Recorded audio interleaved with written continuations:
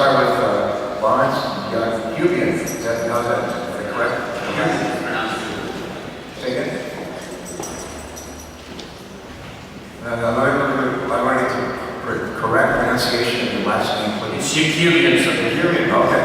Mr. Hubian spent decades, I'm told, as a commercial fisherman in New Bedford, Massachusetts. Worked his way up from apprentice, deckhand to engineer to captain. One Navy captain to another. That's good. Native of Westport, Massachusetts. He now resides in Florida. Our next witness is Larry Shulon. Is that correct, Shulon? That's right, sir. Okay. You guys don't make it easy. You don't make it easy on you to pronounce his name, you know. But I understand you are the co-owner of the Gloucester Seafood Display Auction in Gloucester, Massachusetts. And you and your sister started the business about 14 years ago, in 1997. The business sells New England fish to buyers around the world via live internet auction. Very interesting stuff. Next, witness is, I'm told, Stephen Willett, and partner at Willett and Smith in Gloucester, Massachusetts, and we specialize in fishing law. Our fourth witness is Mr. Vito Cigalone. Cigalone, I suppose? No, good, thanks. Cigalone is the policy director of Gloucester-based Northeast Seafood Coalition and also has experience as a commercial fisherman. Last but not least, the name even I can pronounce, Dr. Brian Rothschild. He emeritus and Montgomery Chartered Professor at the University of Massachusetts Dartmouth School of Marine Science and Technology. He's also co-director of the Massachusetts Marine Fisheries Institute. Dr. Rothschild worked with Senator Warren Magnuson on the drafting of the Magnuson-Stevens Act when you were a child at NOAA during the law's implementation. And I'm told and had known by our staff that I have trial has had to leave in order to forever. Members of this team are still here and will report back to them. We're pleased to hear that. And why don't just ask you to testify in the order of the introduced. I ask you to limit your time to 5 minutes, and any additional comes from the part of the record, the full statement, being part of the record, and then sit down. I'd like to ask you a couple of questions. But Mr. Hubian, why don't you lead off for us? Lead off here. Thank you. Thank you, Senator Carter. I understand it is customary to begin testimony by saying thank you to the committee for the opportunity to be here. Of course, considering why I am here, if I could rewrite history, none of this would have happened. To be honest, I'd rather be unscalded than that. But these things did happen, and I'm here. Chairman Carter, I thank you for agreeing to hold this hearing. Senator Brown, thank you for your unwavering focus on our state's fisheries. Your predecessor, the late Senator Ted Kennedy, was a true friend of the fishermen. Your actions since your election to the Senate have upheld that legacy with honor. Thank you. I also thank the Commerce Department Inspector Todd Zinsman and his staff for undertaking the investigation which exposed this corruption. I thank Commerce Secretary Gary Locke for his promise that these problems will end on his watch. And I further credit NOAA Assistant Administrator Eric Schwab for releasing the highly critical reports on fisheries management in the Northeast, conducted by Preston Payne, and on science conducted by Dr. Michael Sisselwine and Dr. Brian Rothschild, who is here with us here today. But more has to be done. During the darkest days of this long nightmare, I never imagined that one day I would have a chance to sit face to face with a cabinet member and tell him how his department had wronged me. Thanks to Congressman Barney Frank, that happened. I never thought the Secretary of Commerce and the Administrator of NOAA would return fines and apologize to me. Thanks to Senator John Kerry, that happened. I am forever indebted to the men and women of the U.S. Senate and Congress who put policies aside and worked as catalysts across state and party lines to exonerate many in my industry who were also wronged by misguided regulation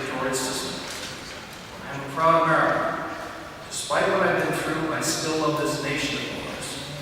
In 2004, when we sold the family farm in Massachusetts to pay the settlement, we boarded a plane to Virginia, where we saw our son, Captain Lawrence Keating, who's sitting right there today, leave to serve in Afghanistan. He later served in Iraq and was awarded the Bronze Star for meritorious service in combat. It is still hard for me to accept that unsupervised federal employees working in a rogue agency would be allowed to run amok in this nation that I love. The first reason that I am here today is to question why National Marine Fisheries Service attorneys and judges have not been indicted. In fact, never mind indictments, none of them have even been fired. Apparently, it's not possible to be fired from civil service. Nearly every one of them is still working for the federal government today, despite the findings of the Office of the Inspector General's report and the Special Master's case review. These federal employees operating with malicious ethics and biased prosecution. When Special Master Spartwood reviewed my story, he discovered what I had known all along, that justice was impossible, and that the cards were stacked against me before my case began. National Marine Fisheries Service enforcement system within NOAA was rigged by its own financial self-interest, warped career ambition, and misplaced motives. There was none of the legal checks and balances that are granted by our nation's legal system. The system violated even the most basic conflict of interest standards. Judges and prosecutors were allowed to maintain eerily close in-house relationships with little or no oversight during the prosecution of my case. It's difficult to feel you're having your day in court when the prosecution and the judge hearing your case are literally allowed to go to lunch together while the court is in recess. It's difficult to feel you're getting justice when the judge has been appointed by the prosecuting agency and will eventually be paid by fines of your conviction. With such clear conflicts of interest, this agency upheld its own motives, not justice. As Judge Spartwood concluded in his report, money was NOAA's motivating objective. The second reason that I am here today is to shed light on the abuse of the National Marine Fisheries Service Asset Forfeiture Fund. NOAA turned the Asset Forfeiture Fund into a cookie jar for its enforcement staff.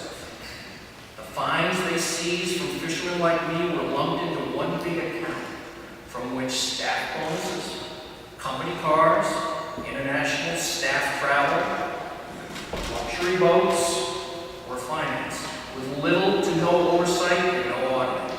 And as I noted a moment ago, this fund was used to pay the salaries of administrative law judges that heard our cases in their courtrooms. One of the nation's top accounting firms, KPMG, at the request of the Inspector General, concluded the first audit of the Asset Forfeiture Fund last year, and they could only account for a little more than half of it. $47 million still remain unaccounted for. This isn't just lax accounting, it's a violation of public trust. Was my $430,000 fine used to protect the fisheries? Did it go towards the purchase of 200 government vehicles for a staff of 172? Did it go towards the boat described as luxurious by its manufacturer that NOAA somehow thought was necessary for their work? Or was it perhaps used to finance all expense-paid trips literally around the world for some of the NOAA employees who penalized my family to the brink of bankruptcy? I didn't know the end. I'm going to ask after you're about 6 minutes right now in your statement, and I'm just going to go ahead and complete your sentence, and your whole statement will be made part of the record. I just finish this paragraph, okay? And then I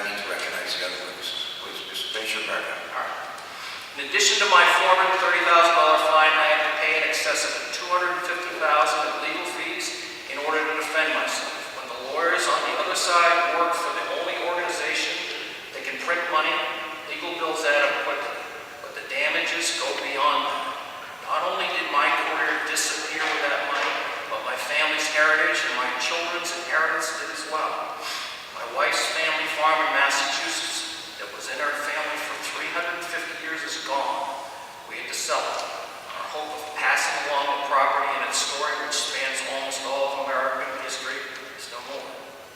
The $649,000 in fines returned by Secretary Locke to several other fishermen like myself is a good start for restoring trust. By itself is not sufficient. For those of us who have been wrong, we've lost careers, years, and our legal fees and other costs we have incurred at the hands of corrupt federal employees are still unreimbursed. For those of us who are still in the fishing business, there is still much more to be done before our faith and trust in the government is restored. First, more needs to be done to restore the confidence of fishermen. I don't think we go about 8 minutes. Just please. Senator, if it would help, I'll take a shorter time if you get let me finish. Okay. But I need to ask you to please I'm almost done. First, more needs to be done to restore the confidence of fishermen in the regulatory system. Today, I ask the Senate to conclusively determine what NOAA did with the unaccounted half of the asset forfeiture fund and the $430,000 of wrongly assessed fines that I was supposed to pay. Second, as an independent investigation of NOAA fisheries rulemaking is critical. President Pate and his colleagues achieved in the agency's internal report is commendable, but I suggest that an independent outside investigation conducted by Inspector General Zinser or the Government Accountability Office is warranted. Third, better oversight into the funding of science programs is crucial. Independent institutions that both scientists and fishermen trust must be funded. The institution Dr. Brian Rothschild helped to found, University of Massachusetts School for Marine Science and Technology, is an example. Without him, there would not be a scholar ministry today. Fishermen do not trust NOAA's internal grant making to fund outside science. In the past, what they've done is feather their own nests rather than direct money to the most worthy institutions. Finally, I ask the Senate to hold accountable the government attorneys and judges that were the source of this injustice and who are still employed by the federal government. These individuals cannot be allowed to be reshuffled into the deck and be protected within the federal system. They must be separated and terminated in order for justice and integrity to be restored into this agency of the United States. Thank you. Thanks very much for your testimony and for the passion and sincerity that underpins it. And I would just ask the other remaining witnesses, please give your final minute, please. Thanks so much. Please proceed, Mr. Schuler. Senators, thank you for inviting me here today. And Larry Coogan has become a good friend of mine. He's become a friend of mine. At first, I must say, I was afraid of him. When I first had charges put against me in 2009,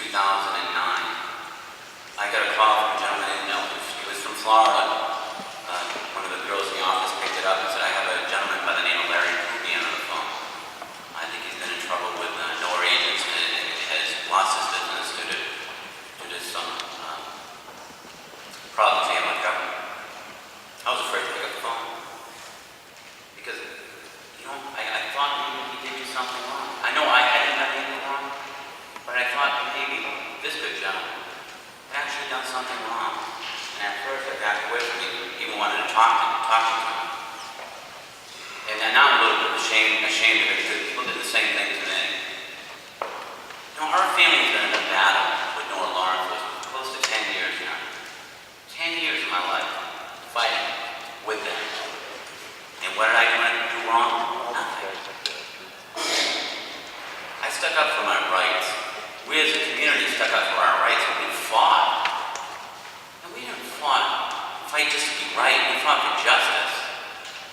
We wanted to know what we were doing was the right thing. We would ask for help from NOAA. We get ridiculed. And when we stuck up for our rights and won a case in our instance, more pressure was put upon us. We were abused. We all were abused.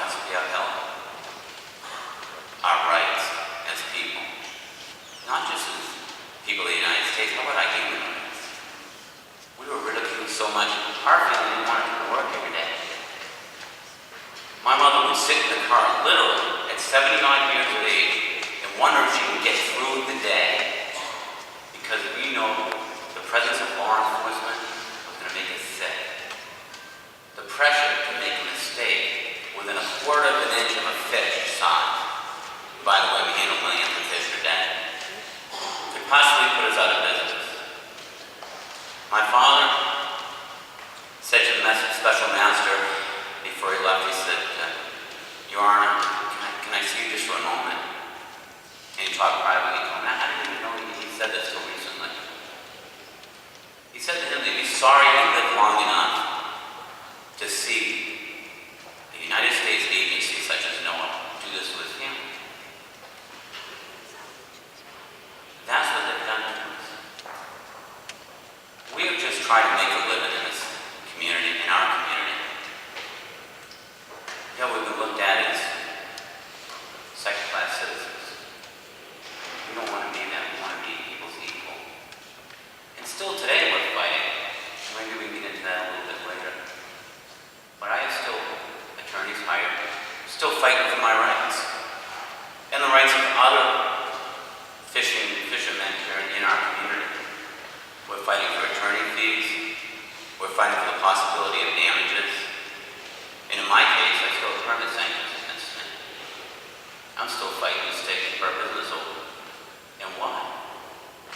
You know, people like Larry Kubian, a lot of small family businesses that unloaded our facility and operated lobster.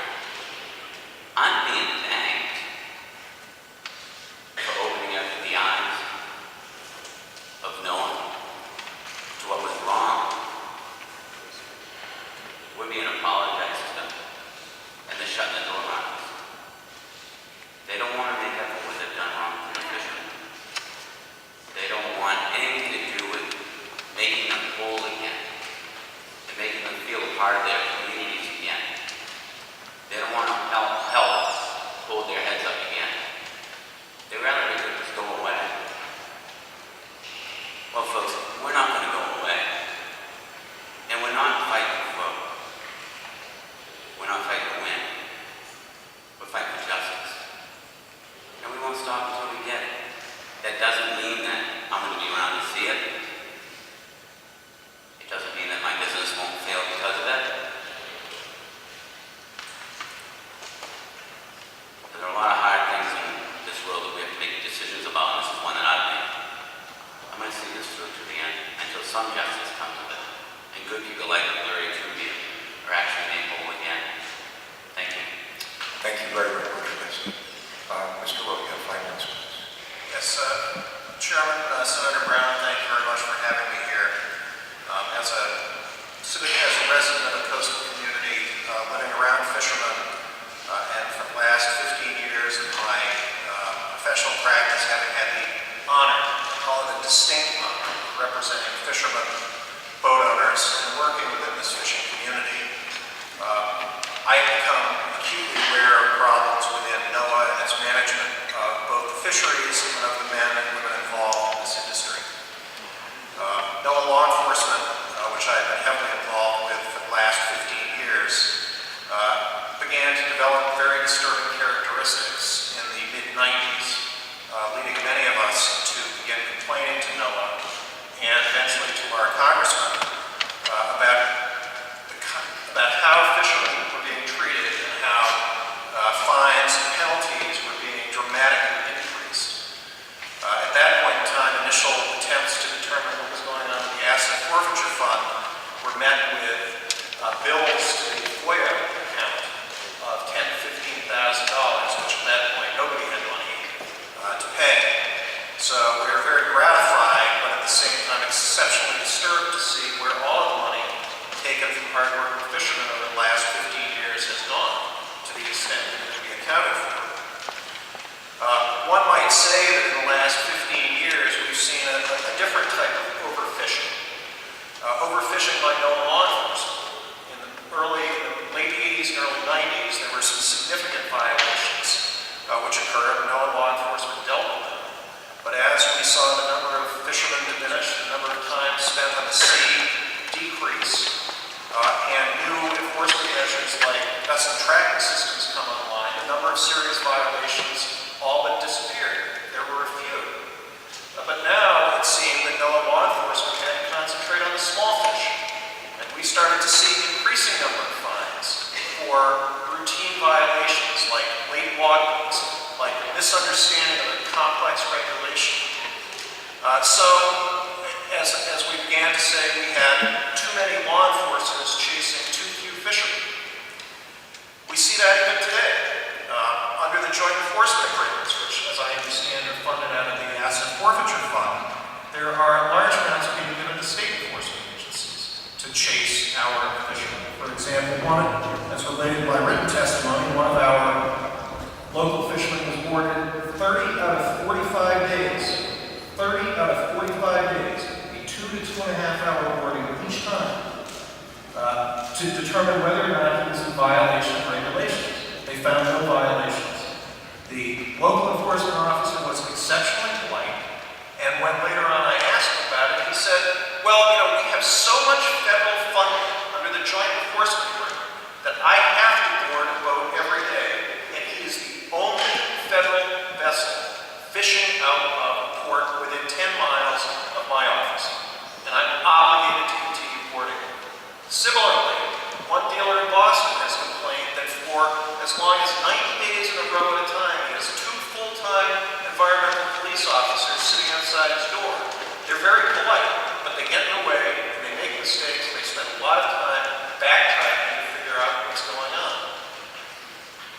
Good enforcement is essential to the success of any regulatory program. I think somebody in Washington put it well. Without enforcement, regulations are nothing more than suggestions.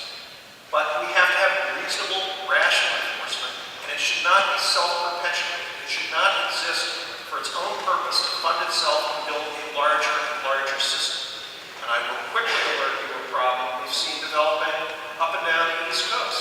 Suddenly, we have all of these criminal law enforcement agents who now are finding new and unique ways to bring cases to U.S. attorneys to prosecute U.S. fishermen for what under Magnuson are supposed to be civil violations.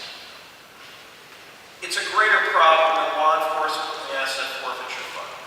Despite what Mr. Schwab said earlier, we're investing $50 million in a catch share to implement a catch share system in a fishery that is grossing about $100 million a year. That fishery is landing less than 30% of what the scientists say we should be landing. We are falling abysmally short. Literally $500 million in landings in the New England area alone are being lost due to mismanagement by this agency. Fish, their scientists say we can and should be landing. This may not be strictly accountability as to how they're spending the money, although I submit that $50 million in a catch share program in small fishery like this is a total waste of money. But we are losing $500 million a year in landings, $2 billion a year in economic activities, tens of thousands of jobs. Congress needs to understand what NOAA is really spending this money for, because we have the most expensive aquarium in the world off our shores right now. It needs to be harnessed. Thank you. Mr. Ball, thank you very much for being with us and for your testimony. Next, Mr. Barone, please, 5 minutes. Thank you, Senator. Mr. Chairman, members of the committee, thank you for this opportunity to testify before your subcommittee.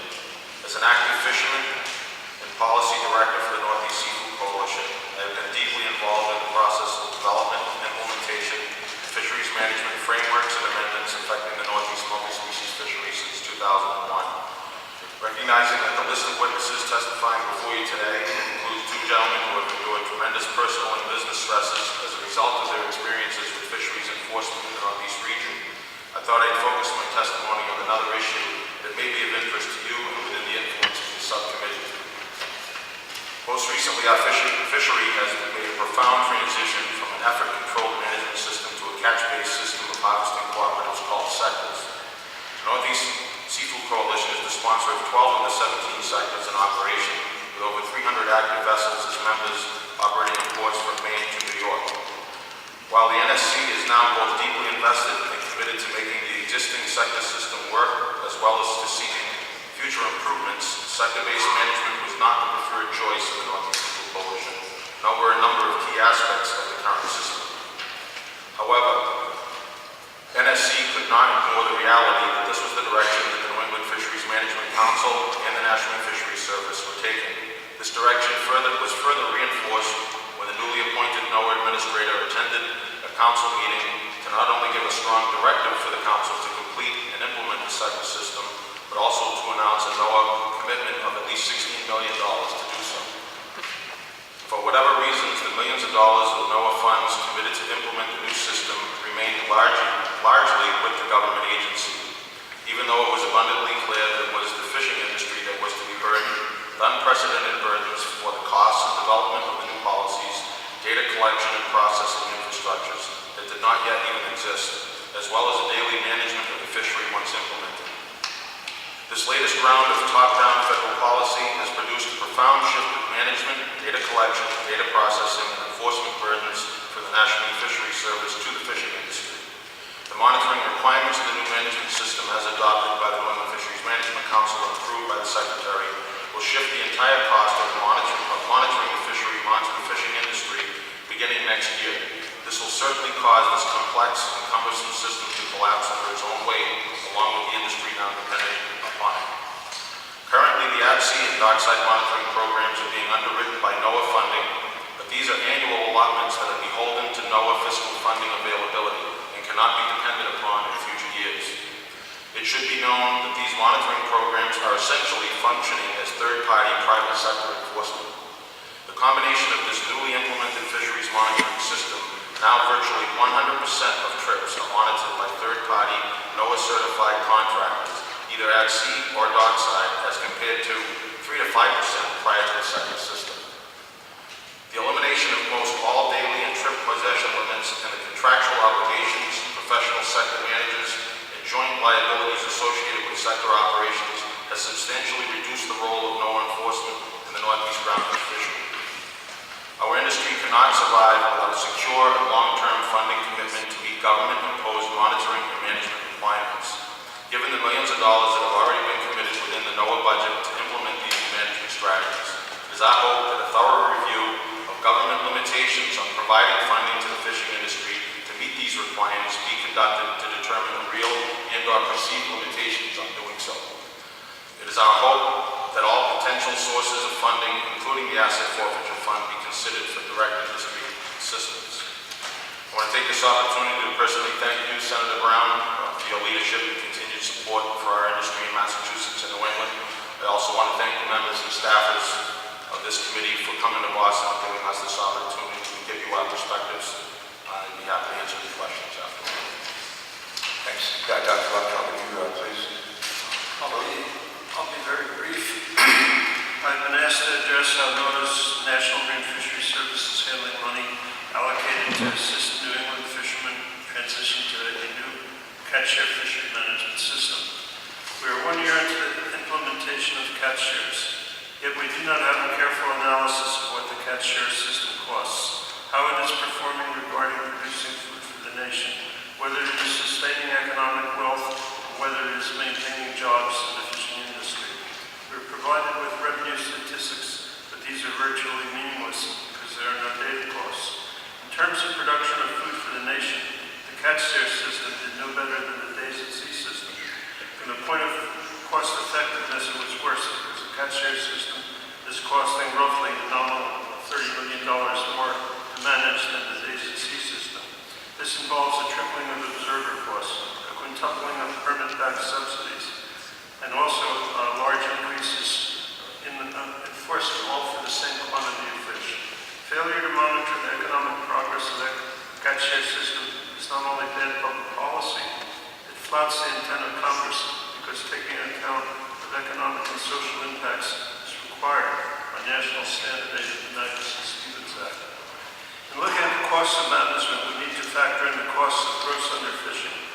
Regulations promulgated by the agency under the catch share system do not account for the mixed species nature of the fishery and have resulted in hundreds of millions of dollars in waste.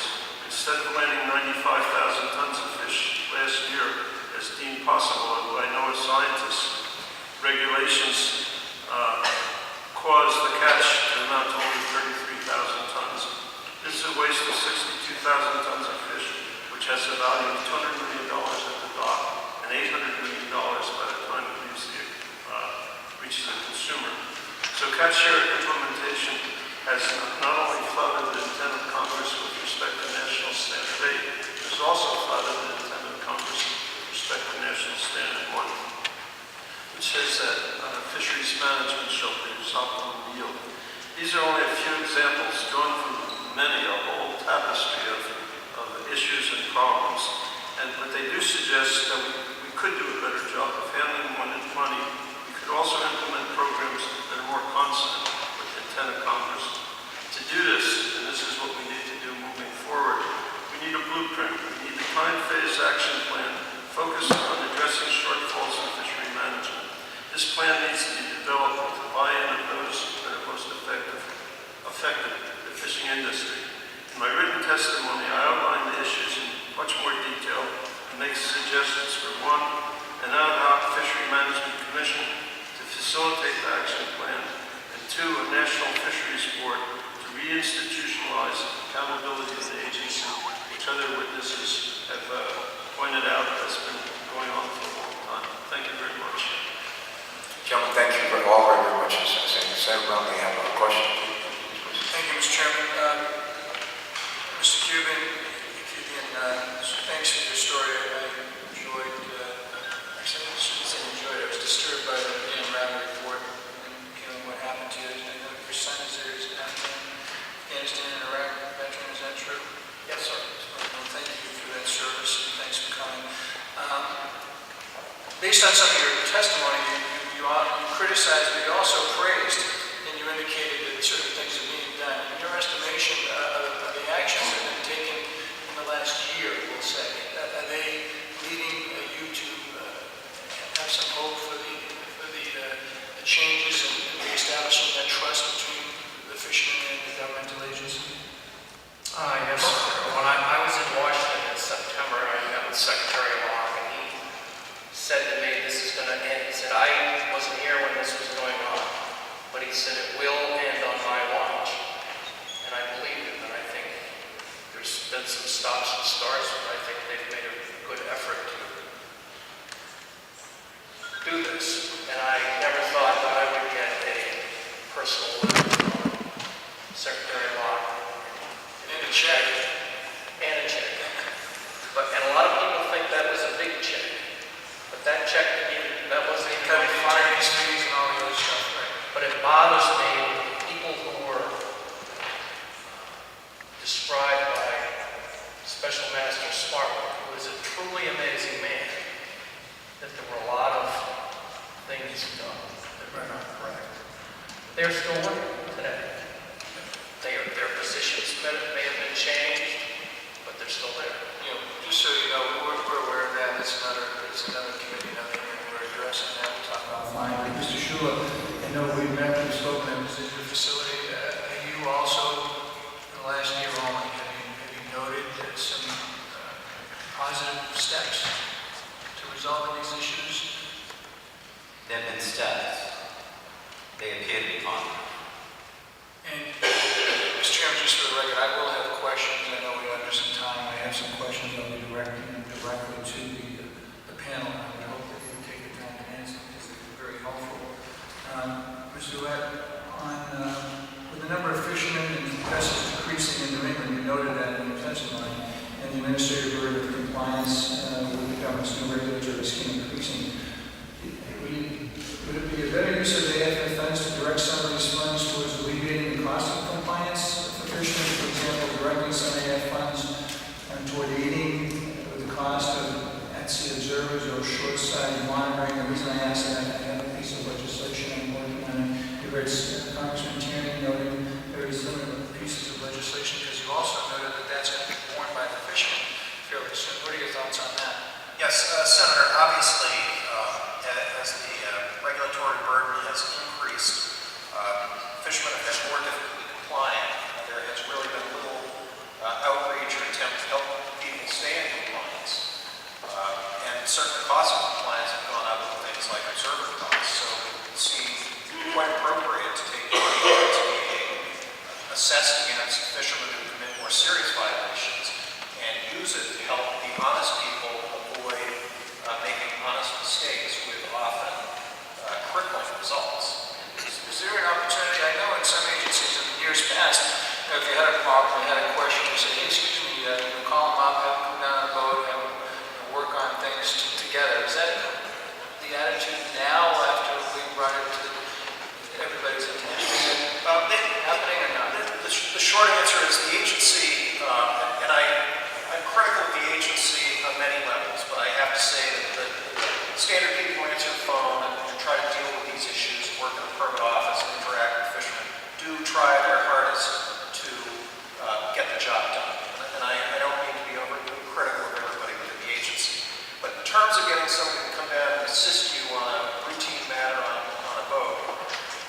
Most fishermen are still reluctant to do it because the agency has, over the last 15 years, changed. In 1994, if you had a problem, law enforcement would come down and an agent would look at it and say, geez, you know, you made a mistake here, you better do this correct.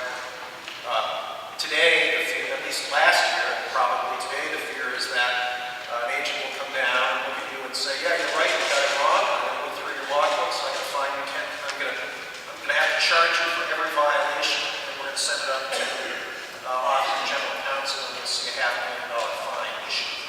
So most fishermen are not out there. They're very reluctant to raise potential concerns that may result in prosecutions, yes. Dr. Rothschild, I know we spoke earlier, we met many times. You helped draft the Magnuson-Stevens Act. And I guess my question is, when you're talking about taxpayer dollars and the use of the money from the fund, was it your opinion when you helped write it that they were able to use, you noted some of the trips and all these things, was it your opinion when you wrote it that they were able to do those sorts of things? Well, I remember very clearly when we launched the implementation of the act, Senator Magnuson was there, and he said, at last we have a system where the folks in the fishing industry have some say in their future and the conservation of the fish. So I would say that looking at this boat, it's probably headed on a different course. And By the way, I always wanted to see a picture of the boat. there it is. There it is. And as I noted, Mr. Chairman, I have other questions. I know we have to get back to Washington, but I do have a question for Joe. As an active fisherman, could you describe for us in Washington your perspective on how the new regulations affect you? And the reason I ask that is because we're facing an enormous amount of national debt. Are we using the taxpayer dollars effectively and efficiently at this point in your estimation? And I'm going to ask you just to summarize briefly, if you would, please. Thank you. Sure. I think if we could, as I said in the testimony, if we could figure out a way to relieve some of the limitations that appear to be either perceived or regulatory blocks that are keeping a lot of the funds that were committed to make this system work actually get to the private sector, which is where most of the new requirements were placed. If we were able to do that, then I think we could make excellent use of the funds. But right now, I would say not. I would say there's been an awful lot of money committed that's being parked in the agency for the agency to do new things, but not entirely different than what they've done before. Very little money going to the private sector with an enormous new set of burdens to deal with. Daily reporting now, and weekly reporting needs to be submitted. Thank God right now they're not enforcing these things to the level that they were, as Steve Willett had just talked about, because it's almost impossible right now for the complex setup that was put in the new regulations for everyone to be in strict compliance. So it's really sort of ironic that we knew we had these difficulties before, and then we raised the bar, exponentially higher. I'm going to ask Senator Brown if you just give a short closing statement. I'll do that, and then we'll call it. Thank you. And I know that I have a whole host of other questions. I know that the time on your end, we went a little longer in the first panel, and we need to get back. But I want to just thank the IGA Zinsser for doing his job. It was a tough job. And it's good to see many of my friends and colleagues here. Mayor Kurt, Mayor Lang, Senator Todd, Representative Ferrante. Everybody doing a good job getting the word out outside the fishing community. It's very important to note what's going on so people can understand and not just have one opinion. So, your fight is our fight, and I plan to be here as long as I'm on this job doing what we're doing to bring it to the attention so we can use those taxpayers' dollars wisely. As Senator Copper always says, we need to find a way to do it better.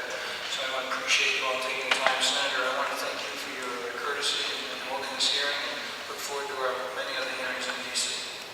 Thank you so much. Thanks again for inviting us to come and helping us put a spotlight on what has been a sad history, sad past, and when it is being addressed in ways that I'm encouraged about. said at the beginning of our hearing that there was some who questioned whether or not we should be holding a hearing about a NOAA program, and I thought that was a pretty good question. And my response was that the issue of financial mismanagement is one that's found throughout federal government. Frankly, it's found throughout large organizations, businesses as well as governments. And all of us, in particular, who are stewards, enjoy the trust of those that we represent. We have an obligation to try to do something about mismanagement of the finances for our country. But I want to reiterate again that the point of this hearing has not been, as I said earlier, it's not been to adjudicate the laws of the ocean and describe what is right or wrong with how NOAA polices our fishery. Those issues are the jurisdiction of the Senate Commerce Committee, and we have from this state a member of that committee, very senior member of that committee, who I think understands these issues far better than I ever will. And I believe I've heard from witnesses here and talked to others who suggested he has not been quiet about trying to make sure that the right thing is done. And while we're concerned about, what we are concerned about is trying to ensure that the monies collected and spent by NOAA are managed effectively and in accordance with the law. And as I said earlier, it's not a hearing about fishermen. This is a hearing about sound financial management. The point that I sort of walk away from here, that was just a reminder, and Scott and I both mentioned the word trust several times. In order for us, one of the reasons why we don't get more done in Washington these days is because of a lack of trust. Across party lines, across the aisle. And to the extent that we can bridge those differences and rebuild the trust. It used to be rather compete with Ted Kennedy, who was a pop down there, and new member Senator Franklin for decades. The kind of trust that existed, and we need to rebuild that. There has been trust, understandably, missing here between the fishing community and NOAA for a number of years. And our witnesses have mentioned apologies made by the Secretary of Commerce to the extent that the federal government has not been diligent